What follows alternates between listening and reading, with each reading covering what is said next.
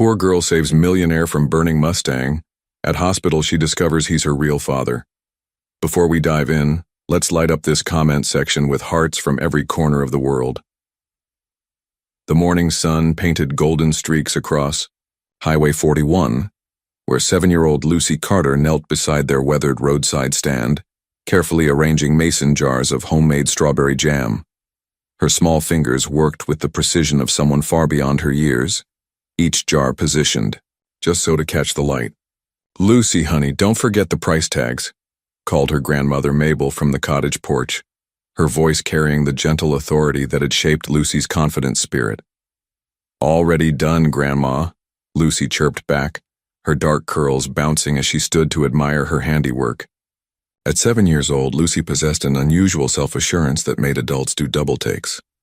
While other children might shy away from strangers, Lucy would look customers directly in the eye, her bright smile convincing them to buy an extra jar or two. The cottage behind them was modest, just 2 bedrooms, a kitchen that smelled perpetually of cinnamon and vanilla, and a living room where Mabel's pension checks stretched to cover their simple needs. But Lucy had never known want. Not really. Mabel had made sure of that, filling their small world with love, laughter, and the unwavering belief that Lucy could accomplish anything. "Tell me again why Mama isn't here," Lucy said, settling beside her grandmother on the porch steps as the morning rush of commuters thinned. Mabel's weathered hands paused in their knitting. This conversation came regularly, like clockwork, and each time her heart ached a little more. "Your Mama Rebecca was the most beautiful soul I ever knew, sweetheart. She loved you so much that she gave her life bringing you into this world. Sometimes angels are needed in heaven more than on earth." Lucy nodded solemnly, then brightened. "But she left me with you, and you're teaching me to be strong like her, right?" "That's right, baby girl. Strong and kind and brave." As if to prove the point, Lucy hopped up and began collecting bottle caps that had blown from passing cars onto their patch of grass. Her collection had grown to hundreds, every color imaginable, each one cleaned and sorted with meticulous care. She arranged them into elaborate patterns she called treasure maps, convinced they would someday lead her to something magical. "This red one's my favorite," she announced, holding up a crimson bottle cap that caught the afternoon light like a ruby.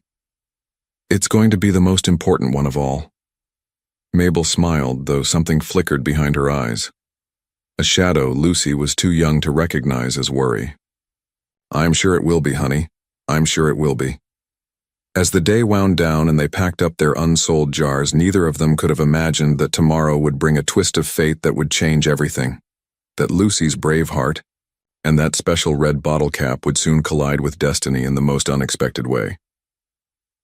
The next afternoon, Lucy was arranging her bottle caps in a new pattern near the roadside when the screech of tires shattered the peaceful quiet. A sleek black Mustang swerved violently, its driver fighting to avoid a deer that had darted across Highway 41. Time seemed to slow as Lucy watched the car careen off the asphalt, slam into the massive oak tree at the edge of their property, and crumple like a tin can.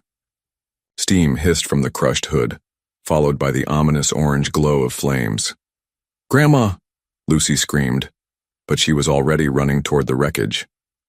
Inside the twisted metal, a man in a business suit hung unconscious against his seatbelt, blood trickling from a gash on his forehead. The flames were spreading quickly, licking at the engine compartment with hungry tongues. Mister, wake up!" Lucy pounded on the driver's side window, but it wouldn't budge. The door was jammed, tight. Panic could have frozen her, but Lucy's mind worked with crystal clarity. She spotted a jagged rock near the tree and grabbed it with both hands. The passenger window exploded inward as she struck it, safety glass showering everywhere. Without hesitation, Lucy climbed halfway through the opening. "Mister, you have to wake up." She shook the man's shoulder hard. His eyes fluttered open, dazed and confused. "The car's on fire. We have to get out now." Lucy's voice cut through his fog, something in her tone, the absolute certainty of a child who wouldn't accept defeat, snapped him to awareness. Together they struggled as he unbuckled his seatbelt and Lucy guided him toward the passenger side. The heat was becoming unbearable, smoke filling their lungs. With Lucy pulling and the man pushing, they tumbled out of the car just as Mabel arrived with the cordless phone pressed to her ear. This is 911. What's your emergency? They had barely crawled 20 feet when the Mustang exploded behind them, the force knocking them flat. Lucy's ears rang, but she immediately turned to check on the stranger who lay gasping beside her. "You're going to be okay," she said, with the same confidence she used when selling jam. "Help is coming." As sirens wailed in the distance, Lucy reached into her pocket and pulled out her precious red bottle cap, the one she'd called the most important of all. Without a word, she slipped it into the man's suit jacket pocket. "For luck," she whispered, just as the paramedics arrived. 3 days. After the accident, life at the cottage had seemingly returned to normal. Lucy arranged her remaining bottle caps, minus the precious red one, while Mabel tended to their jam stand. But normalcy was an illusion that couldn't hide the subtle changes creeping into their routine. "Did you really save someone from a burning car?" asked Tommy Henderson, Lucy's classmate, his voice dripping with skepticism during recess. "Of course I did," Lucy replied matter-of-factly, swinging higher on the playground swing. "The car exploded right after we got out. It was like in the movies, but louder." "No way a little kid could do that," scoffed Sarah Martinez. "You're just making stuff up." Lucy shrugged, unbothered by their disbelief. She knew what had happened, and that was enough. Truth didn't need validation from children who thought courage only came in adult-sized packages. At home, however, Lucy noticed things that worried her young mind. Mabel moved slower than usual, pausing to catch her breath after simple tasks. The prescription bottles in the kitchen cabinet had multiplied, and Lucy often caught her grandmother taking special medicine when she thought no one was watching. "Grandma, are you feeling okay?" Lucy asked one evening as they sat on the porch, watching fireflies dance in the gathering dusk. "Just a little tired, sweetheart. These old bones aren't what they used to be." Mabel's smile didn't quite reach her eyes. Later that night, Lucy padded quietly to the kitchen for a glass of water and found her grandmother sitting at the worn wooden table, staring at an old photograph. The image showed a young woman with Lucy's dark curls and bright eyes, standing beside a handsome man in a graduation cap and gown. "Who's that man with Mama?" Lucy asked softly. Mabel startled, quickly sliding the photo beneath other papers. "Just an old friend from college, honey. Nothing important." But Lucy had seen something flicker across her grandmother's face. Recognition, perhaps, or maybe regret. The man in the photograph had kind eyes and a familiar smile, though Lucy couldn't place where she might have seen it before. "Mama looks happy," Lucy observed. "She was," Mabel whispered, her voice carrying the weight of secrets. She was very happy then. As Lucy climbed back into bed, she couldn't shake the feeling that the photograph held answers to questions she didn't yet know how to ask. At Chicago General Hospital, Jack Miller stared at the ceiling of his private room, fragments of memory drifting through his mind like puzzle pieces.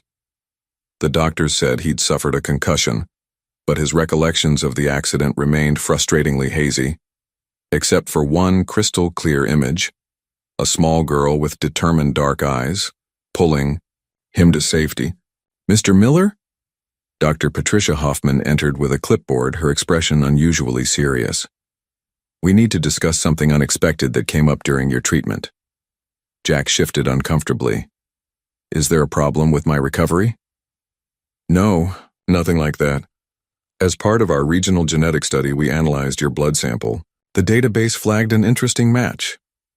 Dr. Hoffman paused, choosing her words carefully. "There's a strong genetic correlation with another participant, a 7-year-old girl named Lucy Carter." The name hit Jack like a physical blow. "Lucy Carter? The girl who saved me? You know her?" Jack's mind raced. He'd been trying to find the brave little girl to thank her properly, but the name Carter had meant nothing to him. What kind of correlation are we talking about? The kind that suggests a familial relationship, specifically parent and child. The room seemed to tilt. Jack gripped the bed rails, his knuckles white. "That's impossible. I don't have any children, Doctor." Hoffman consulted her notes.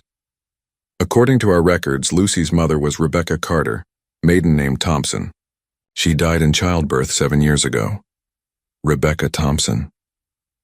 The name exploded through Jack's consciousness like a lightning strike. Beautiful, brilliant Rebecca with her infectious laugh and dreams of changing the world. They'd been inseparable, through college, planning a future together until she disappeared after graduation without explanation, leaving only a brief note saying she needed to find her own path. "Mr. Miller, are you all right?" Jack's hands trembled as the pieces fell into place. Rebecca had been pregnant. She'd carried his child and never told him. The brave little girl who'd risked her life to save a stranger was his daughter who'd grown up thinking she had no father. "I need to see the test results," Jack whispered. "Of course, but Mr. Miller, there's something else you should know. The child's guardian, Mabel Carter, has been receiving treatment here for advanced stage pancreatic cancer. Her prognosis is—" Dr. Hoffman's voice trailed off meaningfully.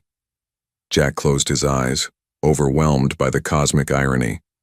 His daughter, a daughter he never knew existed, had saved his life, and now fate was presenting him with the chance to save hers before it was too late.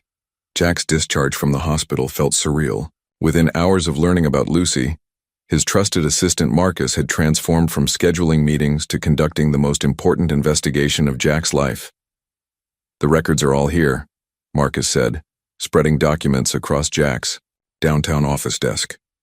Rebecca Carter, formerly Thompson, died from complications during childbirth at St. Mary's Hospital. No father listed on the birth certificate.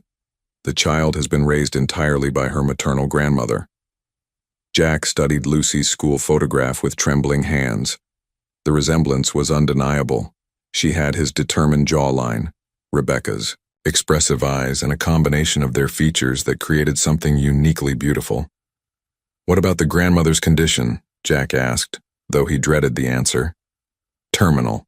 The doctors give her 3 to 6 months, possibly less." Marcus's voice was gentle. "She's been hiding it well, according to the neighbors.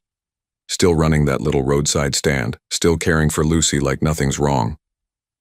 Jack stood at his office window, staring down at the bustling Chicago streets 42 floors below. A week ago, his biggest concern had been closing the Henderson merger.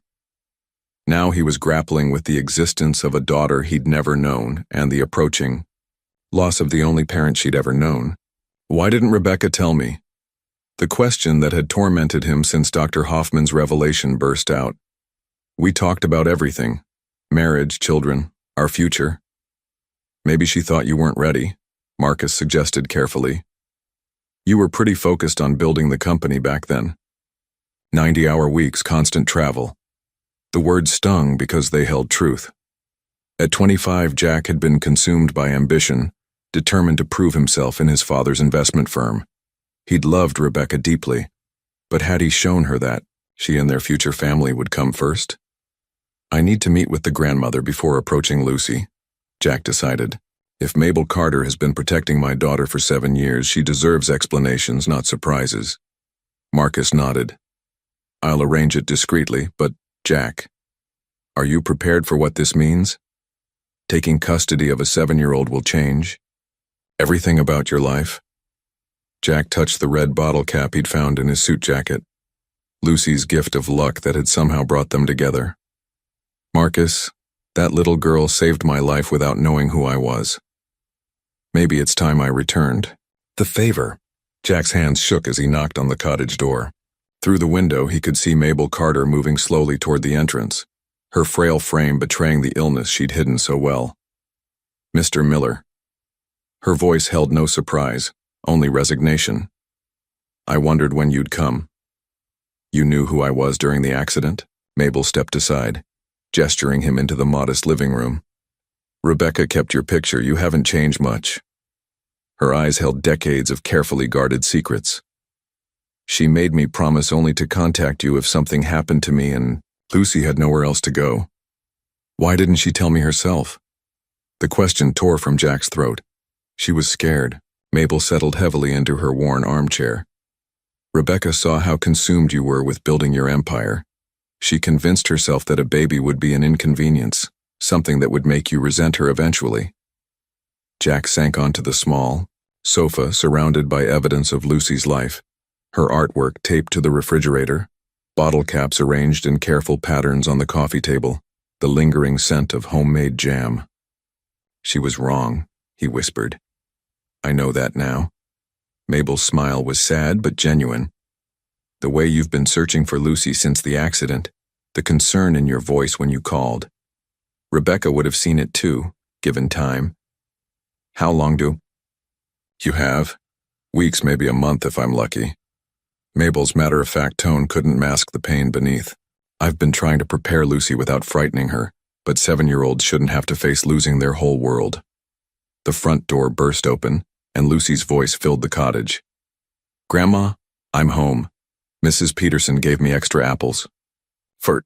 She stopped short, staring at Jack with wide eyes. It's you, the man from the car. Lucy's face lit up with genuine joy. Are you all better now?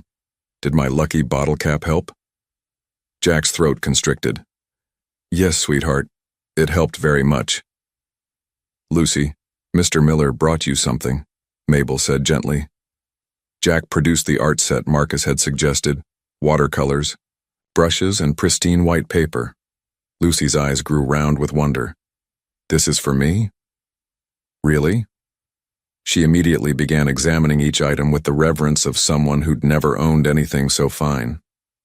I heard you like to draw, Jack managed. I love to draw. Want to see my bottle cap collection? And my treasure maps? Without waiting for an answer, Lucy grabbed his hand, her small fingers warm and trusting. As she led him to her carefully organized collection, chattering about each piece's significance, Jack felt something fundamental shift in his chest. This wasn't just duty or responsibility.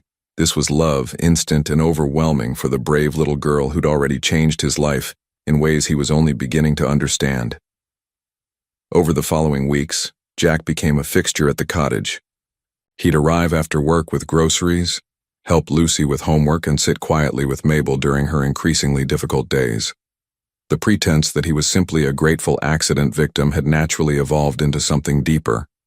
A family, forming under the shadow of impending loss. Lucy had grown comfortable with Jack's presence, showing him her latest drawings and teaching him her grandmother's jam recipes with the seriousness of passing down ancient wisdom, but she remained unaware of the profound truth that connected them. She trusts you completely, Mabel observed, one evening as they watched Lucy arrange her bottle caps on the porch. Her voice had grown weaker, each word requiring effort. She's remarkable, Jack replied, marveling at how Lucy hummed contentedly despite the upheaval surrounding her. How do we tell her? Soon. She needs to understand before. Mabel's sentence trailed off, but both knew its conclusion. The moment came 3 days later when Mabel collapsed while preparing breakfast. After a frightening rush to the hospital, doctors confirmed what they'd all dreaded. Her time was measured in days, not weeks. That evening, sitting in the cottage living room, with Lucy curled between them on the couch, Mabel took her granddaughter's small hands. Sweetheart, you know how I've been feeling tired lately. Lucy nodded, suddenly serious. You've been taking more medicine. I'm very sick, honey. So sick that the doctors can't make me better. Mabel's voice remained steady despite the tears in her eyes.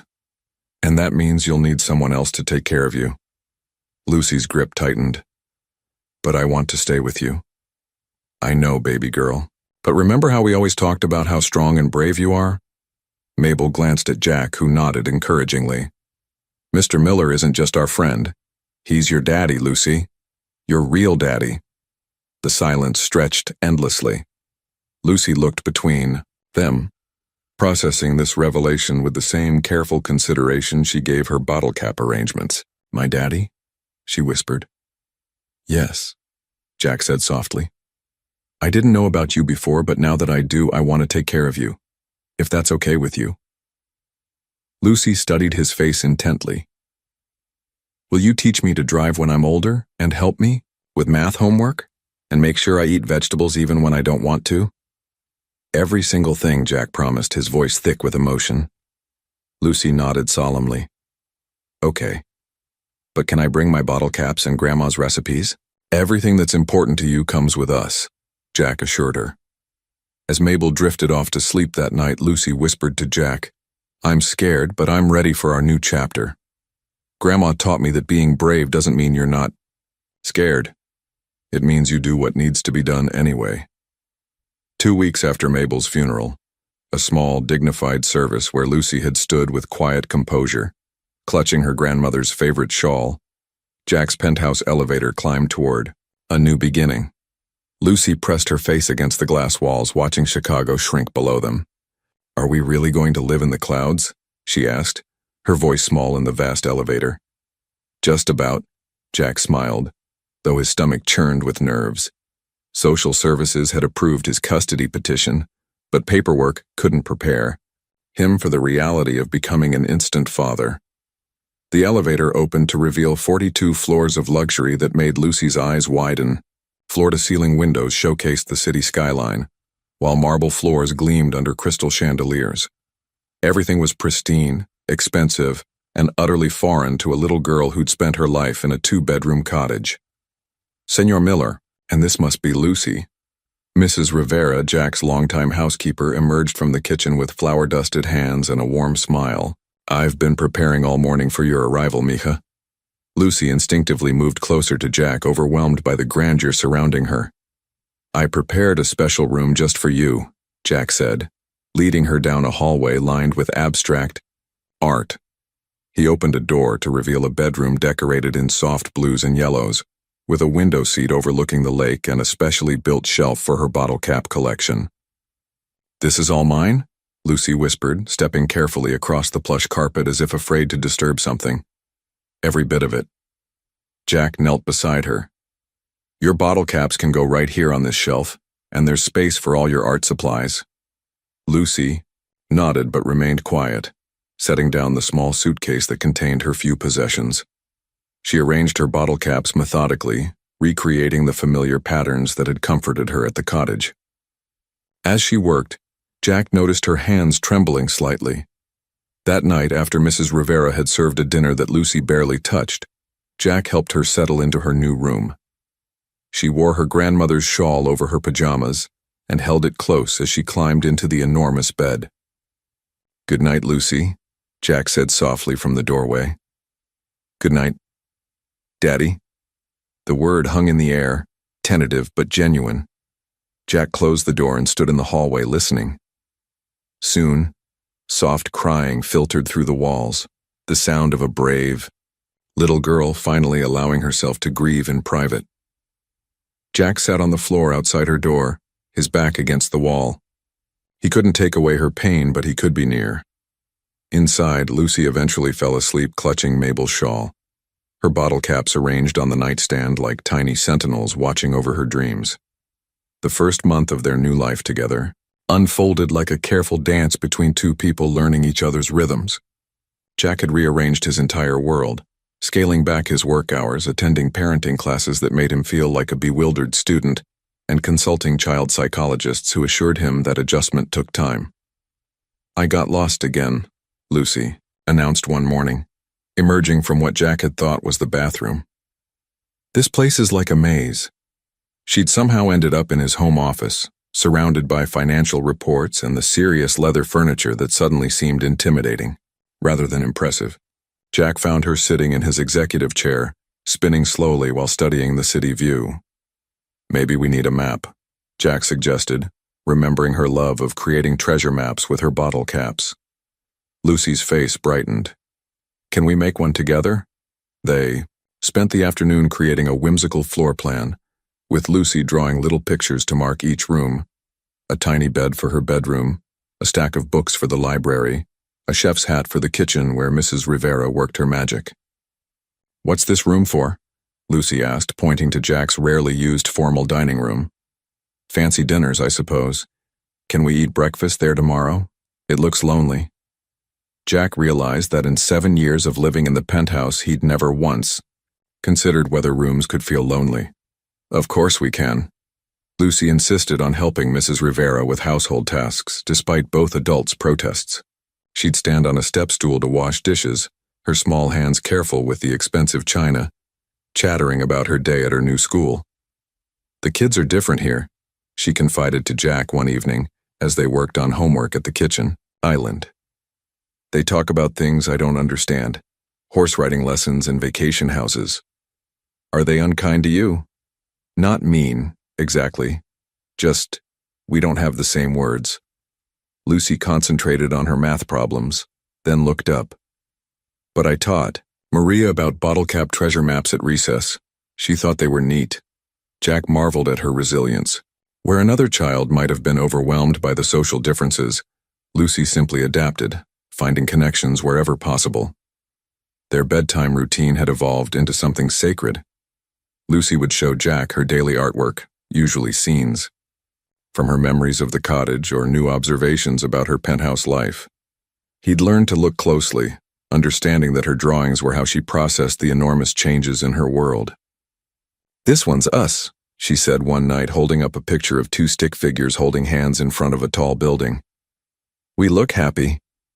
Jack studied the drawing, noticing that she'd given both figures the same smile. "We do look happy. Are we happy?" Lucy considered this seriously. "I miss Grandma every day, but I'm glad you're my daddy. Is that okay?" "That's more than okay," Jack whispered, tucking the drawing carefully into the growing collection he kept in his desk drawer. "That's perfect." Lucy's artwork had evolved from simple crayon drawings to complex watercolor scenes that took Jack's breath away. The art tutor he'd hired, Ms. Chen, emerged from their first session shaking her head in amazement. "Mr. Miller, I've taught children for 20 years, but Lucy's natural talent is extraordinary. She doesn't just draw what she sees, she captures emotion." Jack studied Lucy's latest creation, a painting of their cottage with Mabel tending the jam stand. But somehow the entire scene glowed with warmth and love that transcended mere representation. "She's processing her grief through art," Ms. Chen explained quietly. "Look at this series." The paintings told Lucy's story: the cottage, the accident, the hospital, their first meeting, and finally, scenes of the penthouse with both joy and uncertainty swirling in the brushstrokes. Jack had them professionally framed and displayed throughout the penthouse, replacing his sterile abstract pieces with Lucy's vibrant emotional landscapes. The transformation was remarkable. The cold, impersonal space suddenly felt like a home. But the real test came during Lucy's first major meltdown. She woke screaming at 2 a.m., calling for Mabel through tears that seemed to come from her very soul. Jack found her curled in her closet, hyperventilating and inconsolable. "Grandma! I want Grandma! Where is she? Where did she go?" Jack's parenting classes hadn't prepared him for this raw display of grief. His instinct was to fix it, to make promises that would stop her tears. Instead, he remembered Ms. Chen's advice about allowing Lucy to process emotions naturally. "I know, sweetheart. I know you miss her." He sat on the closet floor beside her, not trying to pull her out or make her stop crying. "Grandma loved you so much. I dreamed she was making jam, but then she disappeared and I couldn't find her anywhere." Jack reached for Lucy's art supplies, setting them gently beside her. "Can you show me what the dream looked like?" Through her tears, Lucy began to paint. The image that emerged was haunting, a cottage fading into mist while a small figure reached desperately toward it. But as she worked, her breathing steadied, the violent sobs turning to quiet sniffles. "She's not really gone, is she?" Lucy whispered when the painting was finished. "I mean, I can't see her, but she's still here." She pressed her hand to her heart. "She'll always be here," Jack confirmed, his own voice thick with emotion. "And in your art, and in the recipes she taught you, and in how brave and kind you are." Lucy leaned against him, exhausted but calmer. "Will you stay until I fall asleep?" "I'll stay as long as you need me to." As Lucy drifted off, still holding her paintbrush, Jack realized something profound had shifted between them. He wasn't just her guardian anymore. He was truly her father, the person she turned to when her world felt uncertain. The realization filled him with both fierce protectiveness and humble gratitude. The legal proceedings for Lucy's permanent adoption moved forward with bureaucratic precision, but the emotional adoption had already taken place in moments too small for courtrooms to measure. Jack found himself treasuring Lucy's sleepy, "Good morning, Daddy," and the way she automatically reached for his hand when crossing busy streets. "Bring your daughter to work day?"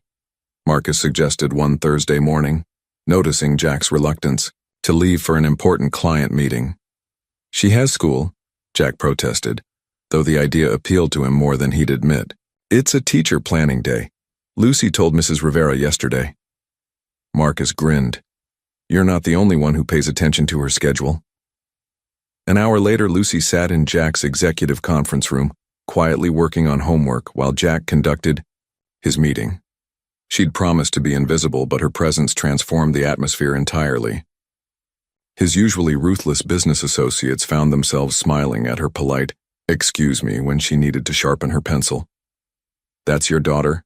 asked Harrison Webb, one of Jack's toughest competitors, after the meeting concluded. "She's remarkable. Reminds me of my granddaughter." Jack felt a surge of pride watching Lucy charm his colleagues with her genuine curiosity about their work. She asked thoughtful questions about investments and listened with the same serious attention she gave her bottle cap arrangements. Later, while organizing his desk drawer, Jack discovered something that stopped his heart. The red bottle cap. Lucy had given him the day of the accident, now tarnished and worn from being carried in his pocket for months. "Lucy," he called softly. She looked up from her drawing at the small conference table. "I have something that belongs to you."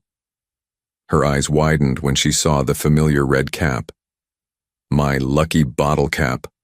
I thought I'd never see it again." "You gave it to me for luck, remember? And it worked. It brought me to you."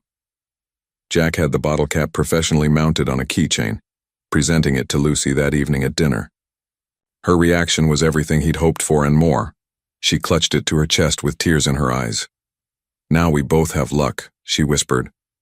Their relationship deepened through shared experiences that might have seemed ordinary to others but felt magical to them both. They developed inside jokes about Mrs. Rivera's tendency to overseason everything, created elaborate backstories for the people they observed from their high windows, and established rituals that belonged uniquely to them. But it was Lucy's difficult day at school that truly cemented their bond. She came home unusually quiet, her typical chatter replaced by thoughtful silence. At dinner, she picked at Mrs. Rivera's carefully prepared meal, lost in thought. "Want to talk about it?" Jack asked gently. The kids at school were talking about their spring break trips, skiing in Aspen, beaches in Hawaii, castles in Europe. Lucy's voice was small. "When they asked about mine, I said we didn't go anywhere because my grandma had just died. They got all weird and quiet, like I'd said something wrong." Jack felt a familiar surge of protectiveness, but he forced himself to listen instead of immediately trying to fix her pain. Then Madison, she's usually nice, said maybe next year my new family would take me somewhere good. Like I was some kind of charity case who got lucky. Lucy's eyes filled with tears. "They don't understand that you're not new. You're my real daddy, and we're a real family, even if it's different." Jack moved around the table to kneel beside her chair. "Lucy, I want to tell you about when I was your age." Her tears paused, curiosity overriding hurt. "I lived with my grandmother too for a while. My parents traveled constantly for work, and I felt different from the other kids who had normal families. I was angry and ashamed, thinking I wasn't good enough. But you're successful now. You have this beautiful home and everyone respects you. Success isn't about impressing people who don't understand your story," Jack said softly. "It's about knowing who you are and being proud of it. You saved a stranger's life when you were 7 years old. You handled losing your grandmother with more grace than most adults could manage. You adapted to a completely new life without losing your kindness or courage. Those kids can't even imagine being that strong." Lucy considered this, absently rubbing her lucky bottle cap keychain. "Will you help me write a letter to my teacher? I want to do a presentation about Grandma for show and tell, about how she taught me to be brave and kind, and how that's more important than fancy vacations. I would be honored to help you with that." As they worked on the presentation together that evening, Jack realized that Lucy was teaching him just as much as he was teaching her. Through her eyes, he was rediscovering what truly mattered. Not the size of his bank account or the view from his office, but the courage to love completely and the wisdom to find strength in vulnerability. The final DNA test results arrived the next week, officially confirming what their hearts already knew. Jack framed the document not as proof of their relationship, but as a symbol of the legal system finally catching up to an emotional truth that had been evident from the moment they'd met. The idea struck Jack during one of Lucy's bedtime reflections, when she wondered aloud why some children didn't have enough food, while others complained about having too many toys. Her simple question, couldn't the kids with too much just share with the kids who don't have enough, planted a seed that would grow into something transformative. What if we could actually do that? Jack asked her the next morning over breakfast. Lucy looked up from her cereal, intrigued. Do what? Share. Create a way to help children who don't have what they need. Jack pulled out a legal pad, sketching ideas as he spoke. We could call it the Carter Miller Foundation. After Grandma and us? Lucy's eyes lit up with understanding. After the three most important people in my life, Jack confirmed, adding Mabel's name prominently to his notes. Within weeks, the foundation took shape with Lucy as its most passionate advocate. She insisted on including art supplies in every care package, explaining to the foundation's board of directors, with the seriousness of a seasoned philanthropist, that creativity was just as important as food and clothing. Art helps you feel better when you're sad, she told the intimidating group of lawyers and businessmen, and it helps you dream about better things when everything seems bad. The board, initially skeptical of including a 7-year-old in their planning sessions, found themselves charmed by Lucy's practical wisdom and unwavering moral compass. Their first major project was renovating the Sunshine Children's Shelter on Chicago's South Side. Jack had expected to write a check and attend a ribbon-cutting ceremony.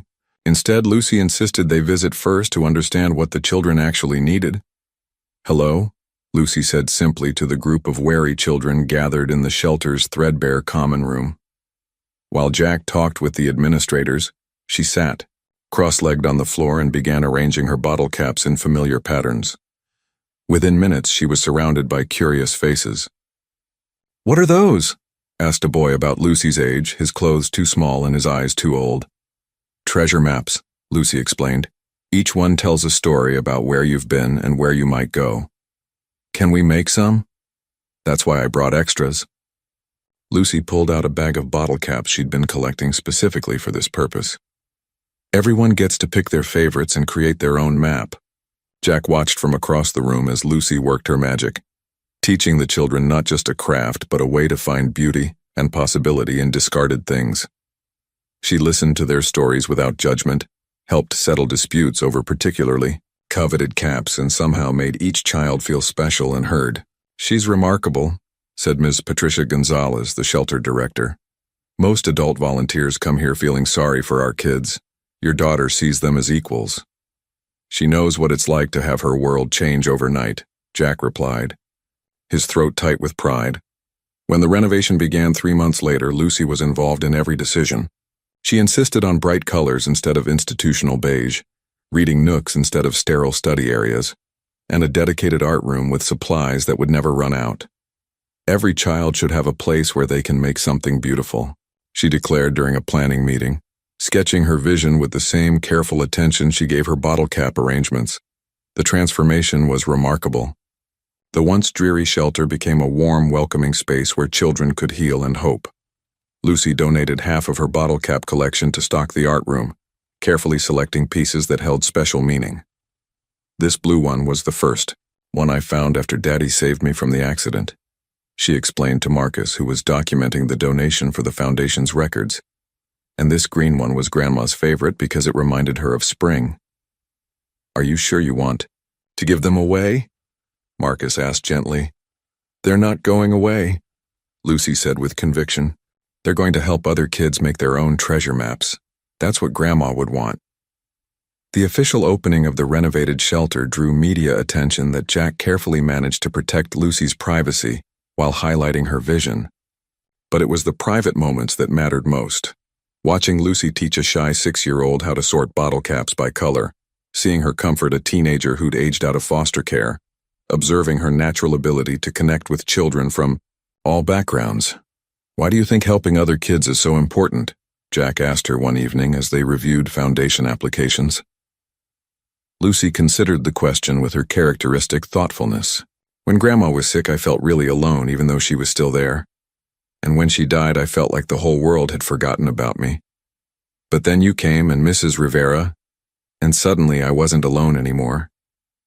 She looked up from the grant application she'd been reviewing, a request from a group home in Milwaukee. "These kids feel alone too. Maybe if we help them, they'll remember that somebody cares about them even when everything seems scary." Jack realized that Lucy had articulated something he'd spent years in business school trying to understand, that true success wasn't measured in profit margins, but in the number of lives you touched and improved. The foundation expanded rapidly, funding art programs in 12 shelters across the Midwest within its first year. Lucy insisted on visiting each one, creating her bottle cap treasure maps with hundreds of children and leaving behind not just supplies, but hope. "She's changing how we think about child welfare," noted Dr. Sarah Mitchell, a social work professor, who began studying the foundation's impact. Traditional approaches focus on meeting basic needs: food, shelter, safety. Lucy's initiatives address something deeper: the need for dignity, creativity, and connection. Jack found himself changing too, his perspective on wealth and responsibility fundamentally altered by his daughter's example. Deals that once seemed crucial now paled in comparison to the joy on a child's face when they completed their first piece of art. Board meetings felt trivial next to the foundation planning sessions where Lucy's input carried as much weight as any MBA. "You know what the best part is?" Lucy told him one night as they organized photos from their latest shelter visit. "When kids make art, they stop being sad for a little while, and sometimes, if they make enough art, they remember how to be happy again." Jack studied a photo of Lucy sitting with a group of children, all of them concentrating intently on their bottle cap creations. In that moment, he understood that his daughter hadn't just saved his life in a car accident, she'd saved his soul, teaching him that true wealth came not from what you accumulated, but from what you gave away. The threat came from an unexpected source: Jack's past reaching into their carefully constructed present with vicious intent. Richard Blackwood, Jack's former business partner, had been released from federal prison after serving 18 months for embezzling company funds. Jack had been the one to discover the fraud and testify against him, ending both their partnership and Richard's career. Marcus delivered the disturbing news during what should have been a routine morning briefing. "The police investigation into your car accident has been reopened. They found evidence of mechanical tampering." Jack's blood ran cold. "What kind of tampering?" "Brake lines partially severed, designed to fail under stress. The investigators believe it was revenge for your testimony that sent Richard to prison." The realization hit Jack like a physical blow. Richard hadn't just tried to kill him, he'd inadvertently created the circumstances that brought Lucy into his life. The cosmic irony would have been laughable if it weren't so terrifying. "There's more," Marcus continued grimly. "Richard has been making inquiries about Lucy. He knows about the adoption, the foundation, everything." The phone rang that evening, while Jack was helping Lucy with homework. The voice on the other end was coldly familiar. "Hello, Jack. Prison food really gives you time to think about justice."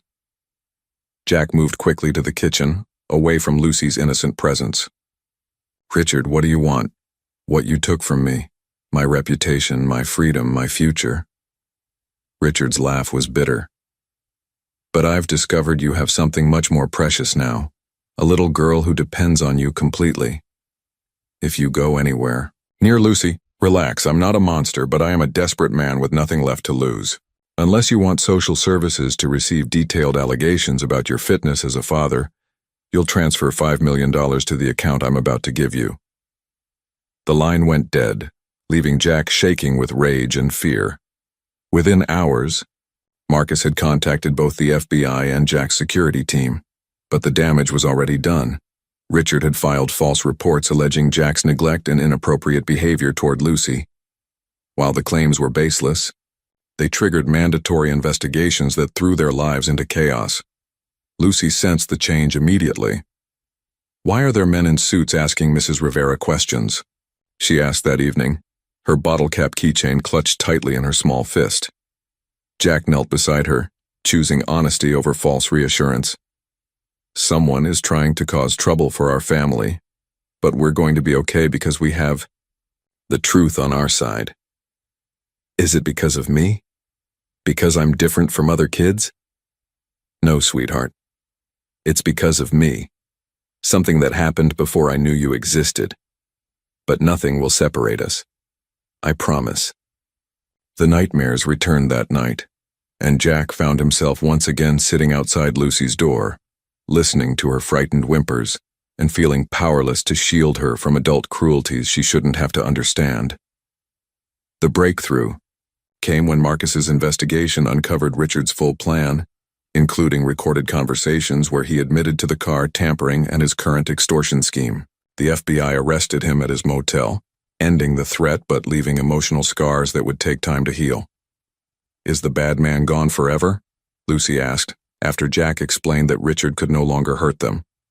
"Forever," Jack confirmed, holding her close and marveling at her resilience. Even in the face of adult evil, she remained fundamentally hopeful, trusting that goodness would ultimately prevail. "Good," she said simply, "because we have too much important work to do to waste time being scared." 6 months after Richard's arrest and the finalization of Lucy's adoption, their story began attracting attention beyond Chicago's philanthropic circles. What started as a local human interest piece, "Local Businessman's Daughter Inspires Citywide Charity Initiative," snowballed into national coverage when a prominent child welfare advocate shared Lucy's foundation work on social media. "Daddy, why do all these people want to talk to us?" Lucy asked, staring at the stack of interview requests Marcus had carefully filtered and declined. "Because your story gives people hope," Jack explained, though he was fiercely protective of Lucy's privacy. "When people hear about a little girl who saved a stranger and then used her new life to help other children, it reminds them that good things can happen." Jack had agreed to one carefully controlled interview with a respected family magazine, with strict conditions about Lucy's participation. She would answer only questions she felt comfortable with. No photographers would enter their home, and her foundation work would be the primary focus rather than the dramatic circumstances that brought them together. The journalist, Sarah Chen, arrived expecting a typical feel-good story, but left profoundly moved by Lucy's genuine compassion and articulate wisdom. "Most 7-year-olds I interview give one-word answers," Sarah told Jack privately. "Lucy speaks like someone who's lived 3 lifetimes. She's remarkable." The article, titled "The Bottle Cap Philanthropist," captured Lucy's essence without exploiting her story. It featured her artwork, her foundation philosophy, and her practical approach to helping others. The response was overwhelming. Thousands of letters from children wanting to start their own bottle cap collections, donations pouring into the foundation, and requests from shelters across the country asking for help implementing Lucy's programs. "Look at this one," Lucy said, carefully reading a letter from a 10-year-old in California who'd started collecting bottle caps to create treasure maps for kids in her neighborhood. "She says my story made her feel brave enough to help others." Jack watched his daughter process this responsibility with the same thoughtful consideration she gave everything else. Rather than being overwhelmed by the attention, she seemed energized by the possibility of expanding their impact. The foundation's annual fundraising gala had originally been planned as a modest Chicago event, but with national interest in Lucy's work, it evolved into something much larger. Jack insisted on keeping the focus on the children they served rather than on their personal story, but he knew Lucy deserved recognition for her vision and leadership. "I've never been to a fancy party before," Lucy admitted the evening of the gala, standing before her bedroom mirror in a royal blue dress that matched her confident personality. "What if I say something wrong?" "Sweetheart, you've spoken to groups of adults at foundation meetings, comforted frightened children at shelters, and charmed some of the toughest businessmen in Chicago. You'll be perfect. But those were just conversations. This is different." Jack knelt beside her, straightening the small gold pendant, Mabel's cross, that she always wore for important occasions. "Do you remember what Grandma used to tell you about being nervous?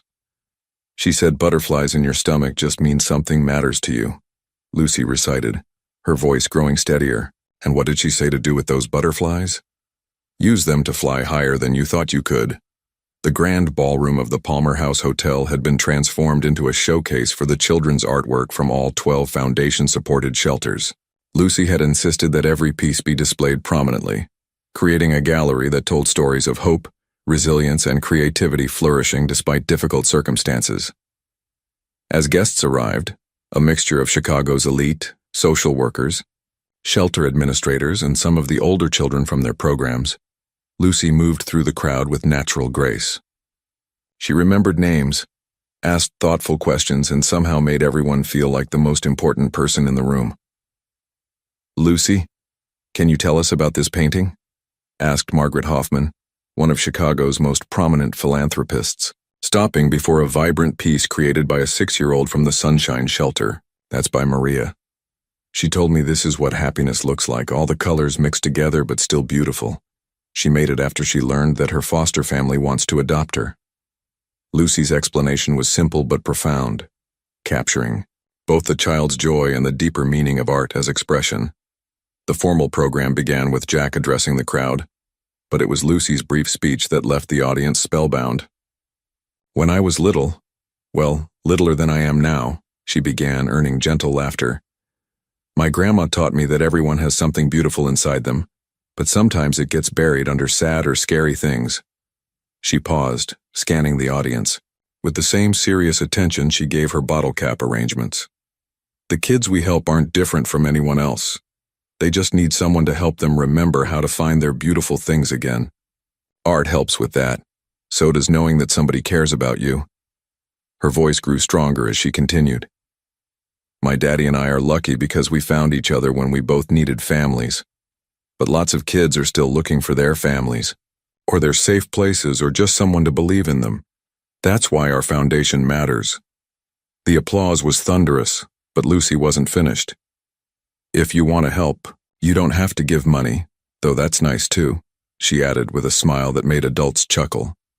"You can collect bottle caps for treasure maps, or visit kids who feel lonely, or just remember that every person has something beautiful inside them, even when it's hard to see." As she concluded, Lucy pulled out her lucky red bottle cap keychain, holding it up so everyone could see. "This little thing saved my daddy's life and brought us together. Sometimes the smallest things can make the biggest difference." The standing ovation lasted several minutes, but Jack noticed that many guests were wiping away tears. Later, as they worked the room together, he overheard conversations that proved Lucy's impact extended far beyond fundraising. "That child made me reconsider our company's entire charitable giving strategy," confided Thomas Wright, CEO of a major corporation. "I'm calling 3 shelters tomorrow to volunteer," said another guest. "If a 7-year-old can make this kind of difference, surely I can contribute something." The evening raised over $2 million for the foundation, but more importantly, it established Lucy as a genuine advocate for child welfare, rather than merely a sympathetic figure. Media coverage focused on her articulate vision and practical solutions, rather than the dramatic story of their reunion. "You were magnificent tonight," Jack told Lucy as they rode home, still wearing their formal attire but both exhausted from the emotional intensity of the evening. "Did we help the kids?" she asked, settling against his shoulder in the backseat of their car. "We helped them tremendously, and you inspired a lot of adults to think differently about what children can accomplish when they're given the chance." "Good, because Grandma always said that if you have the power to make things better, you have the responsibility to try." Jack smiled, recognizing Mabel's wisdom in Lucy's words. As they pulled into their building's garage, he marveled at how this small girl had not only transformed his understanding of family and purpose, but was now influencing an entire community to reconsider their responsibilities to society's most vulnerable children. The foundation's phones rang constantly over the following weeks, with offers of support, partnership requests, and most touchingly, calls from children who wanted to start their own helping projects. Lucy insisted on personally responding to as many as possible, dictating letters that Mrs. Rivera would type and helping to coordinate bottle cap collection drives across the country. "Are you happy with how everything turned out?" Jack asked, her one evening as they framed the official adoption certificate, alongside one of her early drawings of their first meeting. Lucy studied both images thoughtfully. "I'm sad that Grandma isn't here to see it, but I think she would be proud. We're taking care of each other and we're helping other kids feel less alone. That's what she would want." As they hung the frames side by side in their living room, Jack realized that Lucy had given him something more valuable than he'd ever imagined possible. Not just a daughter, but a purpose that extended far beyond personal success to encompass genuine service to others. 1 year to the day after the accident that changed everything, Lucy stood before her bedroom mirror, preparing for her first day at Pemberton Academy, one of Chicago's most prestigious private schools. The 8-year-old girl adjusting her new uniform bore little resemblance to the 7-year-old who had knelt beside a roadside jam stand, yet her essential spirit remained unchanged. "Nervous?" Jack asked, appearing in her doorway with 2 cups of hot chocolate, a tradition they'd established for important mornings. "A little," Lucy admitted, accepting the warm mug gratefully. "What if the kids think I'm weird because of all the newspaper stories? Then they don't deserve to be your friends." Jack sat on her bed watching as she made final adjustments to her appearance. "But I have a feeling you'll find your people. You always do." Lucy moved to her dresser, where her remaining bottle cap collection was arranged in a new pattern, a perfect heart shape with Mabel's photograph placed carefully in the center. The design had taken her weeks to perfect, each cap positioned with the same meticulous care she'd shown as a 7-year-old, but now with the added wisdom of everything she'd experienced. "I used to think the bottle caps were magic," she said, touching one gently. "But I figured out that the magic was never in the caps themselves." Where was it then? In believing that something good was coming, even when everything seemed broken. Lucy picked up her backpack, heavy with new school supplies and carefully organized according to her color-coded system. "Grandma taught me that hope is the most important thing you can carry with you." They rode to school in comfortable silence, both lost in reflection about the journey that had brought them to this moment. The accident that could have been a tragedy had instead become the first chapter of a love story, not just between a father and daughter, but between their small family and the hundreds of children whose lives they'd touched through the foundation. Pemberton Academy's imposing brick facade might have intimidated another child, but Lucy surveyed it with the same practical assessment she brought to everything else. Students in identical uniforms clustered in small groups, their conversations creating a buzz of nervous energy that marked the beginning of any school year. "Remember," Jack said as they approached the entrance, "you don't have to prove anything to anyone. Just be yourself." "I know." Lucy paused at the school's threshold, her hand unconsciously reaching for the red bottle cap keychain that never left her side. "Daddy?" "Yes, sweetheart?" "Will you be here when school ends?" I know it's silly, but the question revealed the one vulnerability Lucy rarely showed, the deep-seated fear that the people she loved might disappear without warning, as Mabel had. Jack knelt to her level, taking her small hands in his larger ones. "Lucy Carter Miller, I will be here every day when school ends, for as long as you need me to be. I promise you that on everything that matters to me, on Grandma's memory, on our foundation, on the love that brought us together. Even when I'm grown up. Especially when you're grown up, that's what daddies do. We stay." Lucy's smile transformed her face, banishing the last traces of uncertainty. "Okay then, I'm ready." As she walked through the school's entrance, her confident stride drawing curious glances from other students, Jack reflected on the remarkable journey that had brought them here. 12 months ago, he'd been a successful but emotionally isolated businessman whose life revolved around profit margins and quarterly reports. Today, he was a father whose greatest achievement wasn't measured in dollars but in the courage of the little girl disappearing into her new school. His phone buzzed, with a text from Marcus. "Foundation board meeting moved to 2 p.m. 3 new shelter applications need review. Jack smiled, typing back, "Perfect. Lucy will want to evaluate the art program proposals when she gets home." The Carter Miller Foundation had evolved far beyond their original vision. With Lucy's input, they had expanded to support art therapy. Programs in 23 states trained over 200 volunteers in Lucy's bottle cap treasure map technique and helped establish creative spaces in facilities serving more than 5,000 children. But the numbers, impressive as they were, didn't capture the real impact. The shy children who'd found their voices through art, the teenagers who'd discovered hope through creativity, the families reunified through programs that addressed emotional healing alongside basic needs. Lucy had become something unprecedented in the philanthropic world, a child advocate whose ideas were taken seriously by adults, whose vision shaped policy decisions, and whose personal story inspired systemic change. University researchers studied her programs, child welfare experts sought her input, and most remarkably, children across the country had begun organizing their own helping initiatives inspired by her example. That evening, Lucy burst through their apartment door with the enthusiastic energy of someone who'd conquered new territory. "Tell me everything," Jack demanded, sweeping her into a hug that lifted her feet off the ground.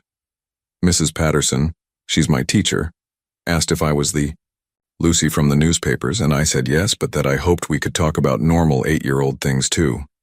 And then Tommy Chin said his mom read the article about our foundation and asked if I could teach him to make bottle cap maps for his little sister, who's scared of starting kindergarten." Lucy's words tumbled out in an excited rush as she kicked off her school shoes and began her afternoon routine of checking on her remaining bottle cap collection. "And Sarah Williams, she sits next to me in math, said her grandmother collects bottle caps too, but she just keeps them in a jar. I told her about treasure maps and she wants to learn. Oh, and the librarian, Mr. Rodriguez, asked if I'd like to start an art club where kids can work on projects to donate to shelters." Jack listened with the contentment of someone whose world had found its proper order. Lucy's ability to find connection and purpose wherever she went no longer surprised him, but it continued to fill him with wonder.